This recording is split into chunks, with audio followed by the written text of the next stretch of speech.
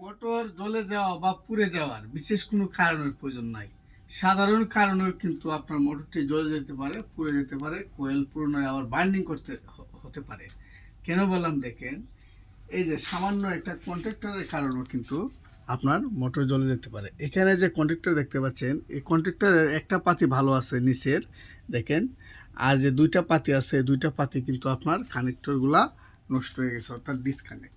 এখন এখানে যে মোটরটা দেখতে পাচ্ছেন, এটা একটি শেষ মোটর। এই শেষ মোটরটি হচ্ছে আপনার কোয়েল পুড়ে যায়। কেন পুড়ে যায় দেখেন, এখানে যে কন্ট্রোলার সার্কিটটা দেখতে পাচ্ছেন, সম্পূর্ণ এটা হচ্ছে অটোমেটিক কন্ট্রোলিং করা হয়, অর্থাৎ কোনো হাতের অংশ ছাড়া কিন্তু এটা অন এবং অফ হয়। কিছুক্ষণ সময় রেস্ট নেয়, কিছুক্ষণ সময় রেস্ট নিয়ে আবার এটা পুনরায় চলতে থাকে।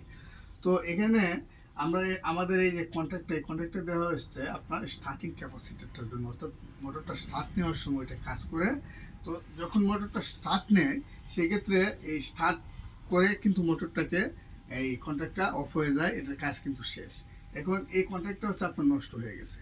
হ্যাঁ, নষ্ট হয়ে যাওয়ার ফলে কিন্তু আপনার এই স্টার্ট না দিতে পেরে স্টার্টিং ক্যাপাসিটর আমার এই মোটর কিন্তু গুনগুন আওয়াজ করতেছে, করার ফলে কিন্তু এক পর্যায়ে দেখা গেছে কি আমার মোটরটা জ্বলে গেছে, পুনরায় আবার বাইন্ডিং করে নিয়ে আসতে হয়েছে।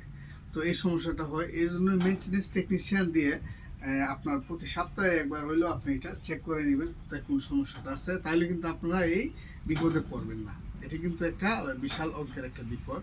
তো দেখেন, আমরা এখন এখানে যে কন্ট্রাক্টটা আছে, এই কন্ট্রাক্টটার এই লাস্ট যে পাতিটা 3 নম্বর পাতিটা আছে, 3 নম্বর পাতিতে এখন এই স্টার্টিং ক্যাপাসিটরের সংযোগটা দিয়ে দিয়েছি, দেখতে পাচ্ছেন। তো এইটা কিন্তু এই দুইটা যে আছে এই দুইটা কিন্তু ভালো নেই, যার ফলে কিন্তু আমরা আমাদের এই মোটরটি জ্বলে গিয়েছিল। তো এটা আমরা চেঞ্জ করে দিব, এখন আপাতত চলতেছে, কারণ আমাদের কাছে কন্ট্যাক্ট নেই। আমাদের কন্ট্যাক্টটা আসলে পরে আমরা এটা লাগিয়ে দেবো। তো এই বিষয়গুলো আপনাদের সঙ্গে এই জন্য শেয়ার করি যেন আপনারা বিপদগ্রস্ত না হন। ধন্যবাদ এতক্ষণ যারা ভিডিওটির সঙ্গে ছিলেন।